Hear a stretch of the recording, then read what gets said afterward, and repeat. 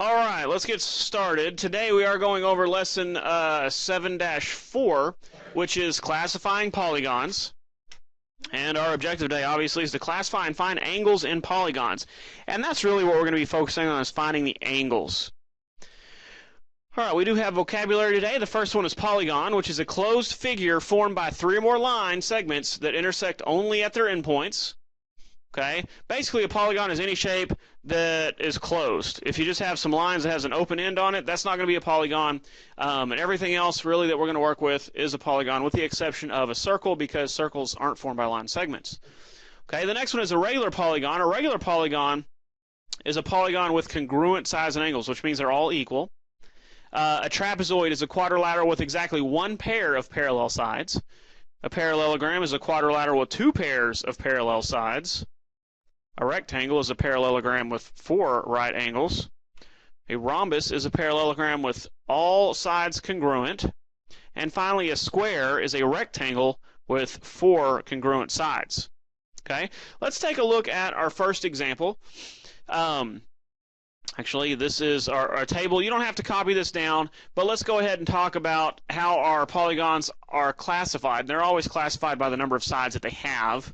Okay, and you'll notice on this table right here, it starts with a triangle, which has obviously three sides, quadrilateral is four sides, pentagon's five sides, hexagon six sides, heptagon is seven sides, octagon eight sides, and then down to the bottom it says n-gon, and that has number of sides is n, because your polygons are always categorized by the number of sides they have. So if you can think of any prefix, like deca means 10. Well, if you put deca and then put gon on the end of it, like decagon, that would be like a 10-sided polygon. Okay? So any prefix you can think of, put that in front of gon, and that's the polygon version that it has. Yes, sir? What would be 9? 9? Nonagon? And I think like 20 is dodecagon, and up from there. Okay, we won't have to work with any of that, but all right, let's take a look at our next slide.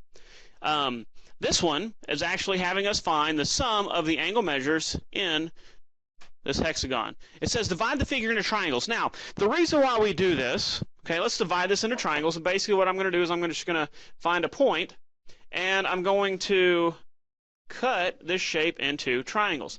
Now, the reason why we cut this into triangles is because we know how many degrees are in a triangle. How many degrees are in a triangle? Yeah, there's 180 degrees in a triangle, and since we know that there are 180 degrees in a triangle, we then can find how many degrees are in this shape right here, because now we know how many triangles are in it. Okay? How many triangles are in this shape? Yeah, there's 4 triangles. So if we do 4 times 180, that'll give us how many degrees are in the angles in that hexagon. Well, what is 4 times 180? Yeah, 4 times 180 is 720. Okay, so I know that the sum of all those angles added up is going to be 720. Okay, now we don't know how many each one of those individual angles are, because this is not a regular hexagon, meaning that the angles and the sides are different. But if this was a regular hexagon, we could actually figure out what each one of those angles inside of that was as well. And we will be doing that in just a moment. All right, questions on how I got that? Now, there's actually a formula that goes along with this as well. Here it is right here. Now, on this slide, you don't have to copy all this down. What I'm mostly concerned with is I'm mostly concerned with the formula, so let's make sure and copy that down. What this says is the pattern is that the number of triangles is always 2 less than the number of sides. So, n-gon can be divided into n minus 2 triangles. The sum of the angles measures for an n-gon is 180 degrees times n minus 2. Okay, then it follows that statement with all the sides and angles of a regular polygon have equal measures. And that's what we just discussed just a moment ago, and we'll talk about that in just a moment as well. But anytime you want to find out how many degrees are in the shape, count up how many sides it has, and subtract 2 from it. That's how many triangles it could be divided into. Now, it wasn't that big of a deal on the hexagon, because a hexagon only has 6 sides. Okay. Now, if we're dealing, so you just have 6 minus 2 gives us 4. 4 times 180, that gives us 720. Now, if we were dealing with like a dodecagon or something that had 20 sides, you don't want to have to waste all your time cutting that into triangles and then counting up the triangles and multiplying times 180 and all that. Whenever you can just count the sides, subtract 2 from it, then multiply that times 180, get you the same answer. Okay, so let's take a look at our next slide. This next one says find the angle measures in the regular polygon. Okay, so we know this is a regular polygon because, again, all the sides and all these angles are congruent. Okay, so the first thing we need to do is plug that into our formula. Now, how many sides do we have here?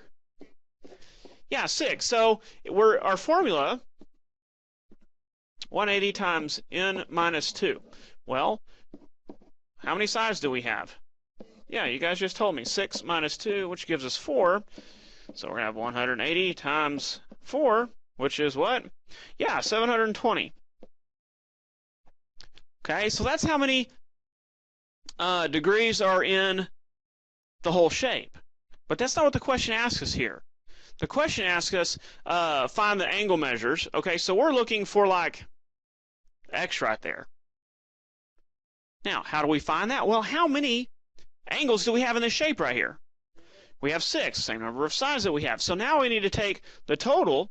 Yeah, that's 720. And we're going to divide that by 6, and that'll tell us how much each individual angle is worth. So if we do our 720 divided by 6, that gives us 120. So I know that my x is going to equal 120 degrees, which that kind of makes sense because if you look at the x, we know that it's an obtuse angle. So we know it has to be bigger than 90 degrees. So that is how we end up with 120 degrees. Okay, questions on that? No? Okay, then let's take a look at, I think I have another slide here. Do I? Yeah, I have one more, which let's real quickly take a look at this last one. Now, this last one you don't have to copy down. I put this up here for references because this is important on the last portion of your worksheet, okay, because it asks you to classify those figures, okay? Now, what this chart here means is this big square right here that encompasses everything, and it says these are all quadrilaterals. Well, we know a quadrilateral is a 4-sided object, okay?